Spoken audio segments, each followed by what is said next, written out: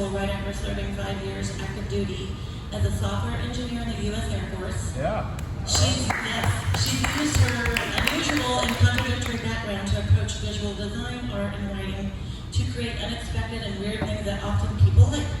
Terri was a co-host of Art Pulse TV on NBC7 San Diego, where she starred in segments featuring art in the region, is a 5-time PechaKucha San Diego speaker, an award-winning designer, a painter, and sometimes a bedazzler, and a self-appointed LinkedIn influencer to nearly dozens of fans.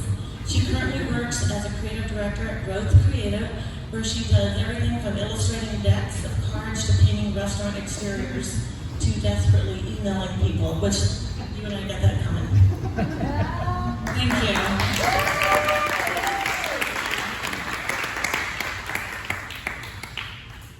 This presentation is called Leave Me Alone. I do a lot of professional design work, but this is going to be focused on work that I've done and ideas that I have around creating things for an audience of one. So basically without an audience at all, and why I think that that's valuable to do.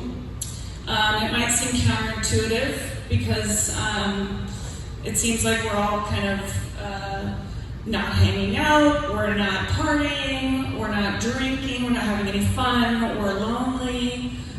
So why would we need to be left alone? Well, I think that a lot of this has to do with this, which is that maybe we're not so much lonely as we are fatigued by all of the stuff coming at us all the time. So instead of going out and hanging out with people, we're just like, oh my gosh, please stop all of the things coming at me all the time. And the greatest killer of creativity is interruption. My husband's here. I'm so sorry that I constantly complain about being interrupted, but if you want to make anything, you do have to have time and space to just like not be bothered. And here is semi-relatedly a chart. So in 2001, interestingly, Berkeley did a study where all of the information created in that 1 year doubled the entire amount of information created in the entire human history. And the next year doubled that. So this is what you need to do. You need to be in a room alone with a skull, and you need to fight. You have to fight all of this interruption, and or you will become smooth SpongeBob, and you'll be smooth. Your corners will be rounded. You will lose your individualism and everything that makes you interesting and makes you who you are if you just keep on like taking it all in all the time and not finding space for yourself. There is like every single day there's a new opinion or a new take or a new fashion or a new thing. And if you want to like play this game and not have like a sense of who you are, you're just gonna be like pivoting until you die. And this is just me being mean. I'm sorry, but I hear a lot of people say things like, what are we wearing? What are we doing? What do we think? And I'm just like, I don't know who this we is, but I am going to wear what I would like to wear. You should wear what you want to wear. And I think it kind of all boils down to this being in a group and being afraid of being that odd man out. But I think what happens is that you have a lot more creative freedom than you think, and that if you feel like the odd man out, there are others of you, and you should speak up.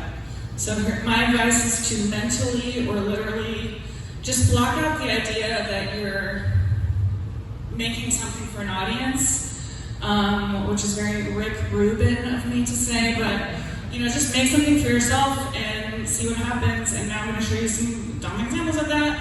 I'm in a YouTube series called On the Contrary, because people tell me that I'm a contrarian all the time, which I think is a way to dismiss people's opinion, but whatever. And obviously this got five likes, so I was just making this for myself. myself and 5 other cool people. This is one of my first graphic design projects where I painted a wall based on computer code by the men's bathroom on an Air Force base, and no one wanted me to do that.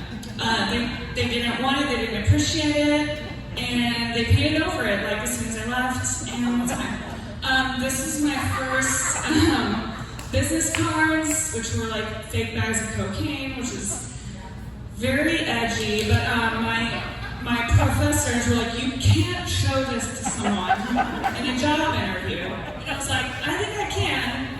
And I did, and some of them hired me. These are some, when I was in San Diego, I did some art shows, and I would like just make things based on my experience. This is my mom. She was a cop, and people would be like, what does it mean? Are you like critiquing cops? Are you like celebrating them? And I'd be like, it's my mom. I don't know. I have a lot of issues with him. These were supposed to be NFTs, which is very sad. But these are sad spiders that make the internet. So there's like famous internet moments of like the dress and the ice bucket challenge and Salt Bay, Coney 2012, my favorite. This is a book that I made, which I have here and you can buy.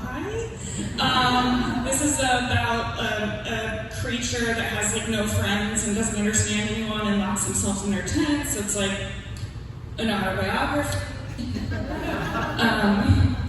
And I have it in my briefcase. And this is a comic book that I made that's like a soap opera about planets, and Venus is in love with Mercury, and Mercury is in love with Earth, and it's very steamy.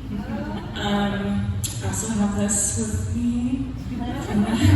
And this is a fake brochure for a company called Hell Inc., and it's written from the perspective of the director of strategy, who is Satan.